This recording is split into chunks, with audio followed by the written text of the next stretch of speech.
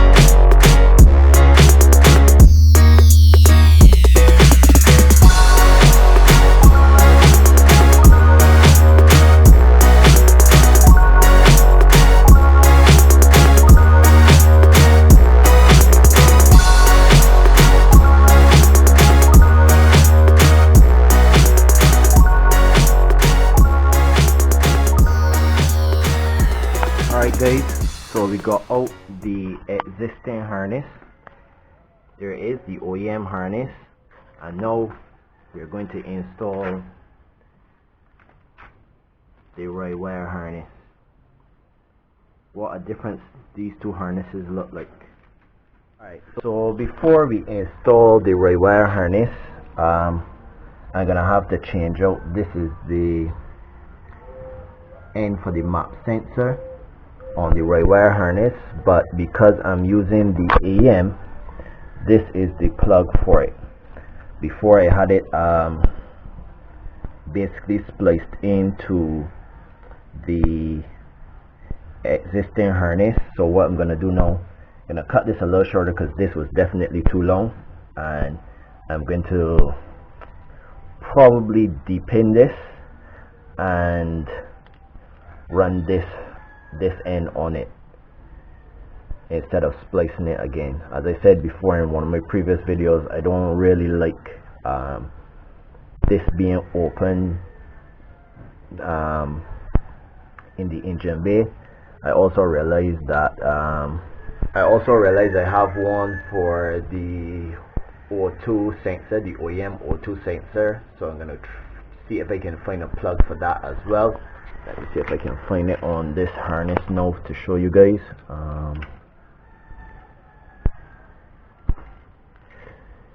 Where is it? This here. This is for the O2 sensor, but I'm running the AM wideband, so this plug doesn't work. So we're gonna change. I'm gonna try to see if I can find something to cover that up. Again, I really don't like the idea of having an open clip in the engine bay. These two wires are extra wires from Rywire. They say that it can run like additional sensors, so I'm gonna try to see if I can use these two as the signal inputs for the pressure sensors that I'm adding. Hopefully those will work. I just gotta find out where they are actually pinned on these here now. So I'm gonna have to trace those back and see if I can find online if Rywire says where they are actually connected. Alright, so we have the new mach sensor connection changeover for the AM. What I'm gonna do now, I've already heat shrink the solders. I'm gonna just fill that back up and put another heat shrink over this section, and we then start the install of the Rywire harness. I don't know if I had mentioned before, but the car already has a Rywire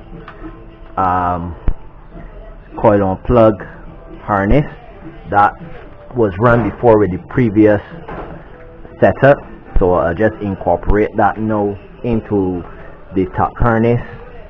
If we look now, we're gonna go back through this hole here. Let me see if I can let you guys see it any better.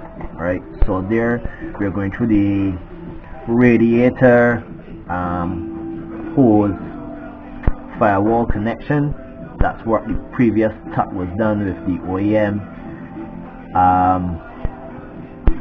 wire harness, so we're gonna go back through that. So now I'm just gonna install the Rywire harness, and then we'll go inside and deal with those connections inside. Alright guys, it's a week later. We're back on installing the Rywire harness. Basically got all the stuff in and connected. The reason why we had to stop is because when I went to install the injectors, we realized that we needed the extended top hats for the injectors, as they are now the 2200cc. they are actually a shorter injector than the 1000s. So basically that is the hold up. Hopefully I have those by the end of this week, so those will be in. I just have the tops of the injectors at the moment covered with some tape, so there isn't any debris or anything getting into them. Today what I'm going to do is try to just clean up all of this wiring back here. Most of this stuff that you're seeing now back here is to the gauges in the car, the oil temperature gauge. What I have here, cable type, used to be the fuel pressure gauge in the car, but now we are running a fuel pressure sensor to the ECU to monitor the fuel pressure from there. I'm considering moving this from here and putting it on the regulator, just because I know sometimes the vibration affects the sensor, so I may do that. And right, so first job for the day is just tidying up these wires at the back. Okay, so I've basically now finished the engine bay section of the wiring. As you can see, back there now is much neater. Still have a little tidying up to do in terms of some of these wires here, but I don't want to make a adjustment to these until we do the inside, because all of these wires extend onto the inside. Alright, so this is the other side. This line here that you see, and the other line, this is the existing OEM fuel line. I'm gonna try to take that out, but I need to jack up the car fairly high to get this out, unless I cut the line, and I don't really want to do that. So can see if I can get it on a hoist sometime next week and take this out, because now I'm running the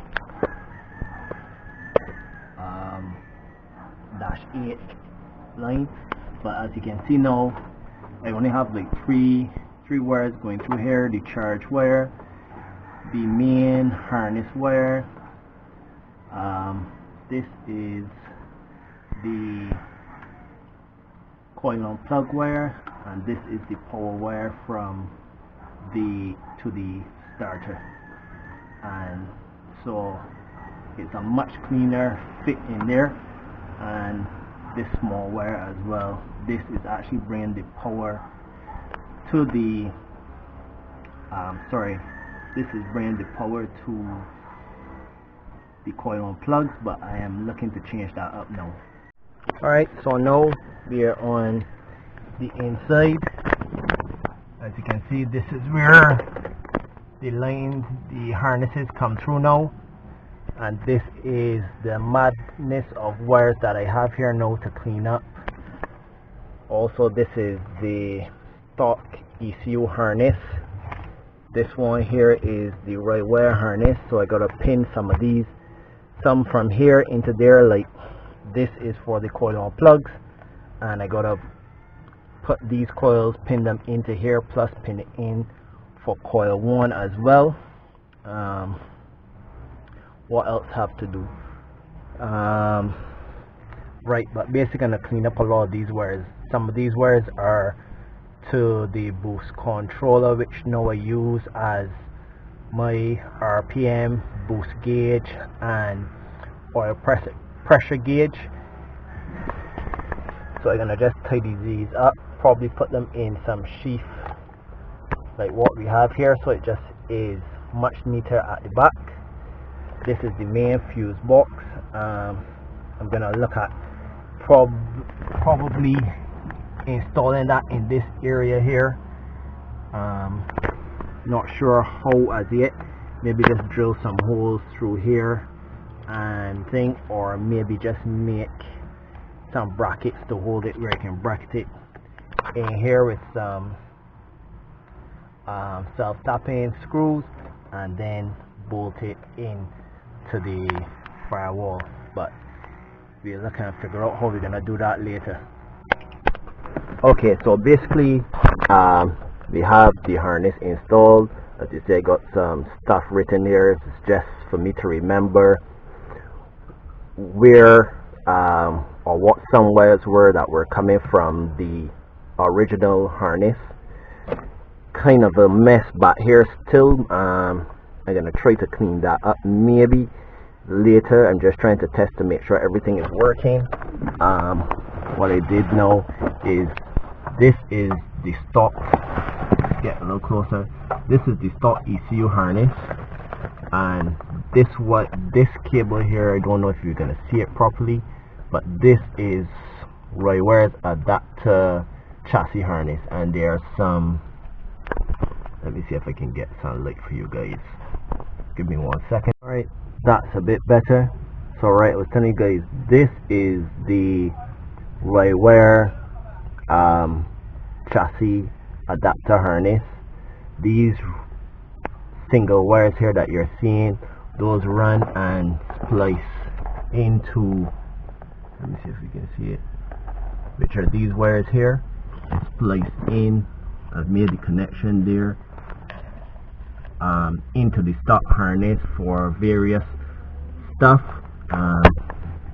Just show you guys, basically the heap of wires you're seeing up there is from my boost controller, and I've also made a bracket, so you guys can see that is a 3D printed bracket now to hold the fuse box inside the chair. See if you can see it from underneath. Right, so that is basically there as well. So we've got everything installed, and it seems to be working perfectly, no issues. Alright guys, so until the next video, don't forget to like and comment, and if you're new to the channel, subscribe. See you guys.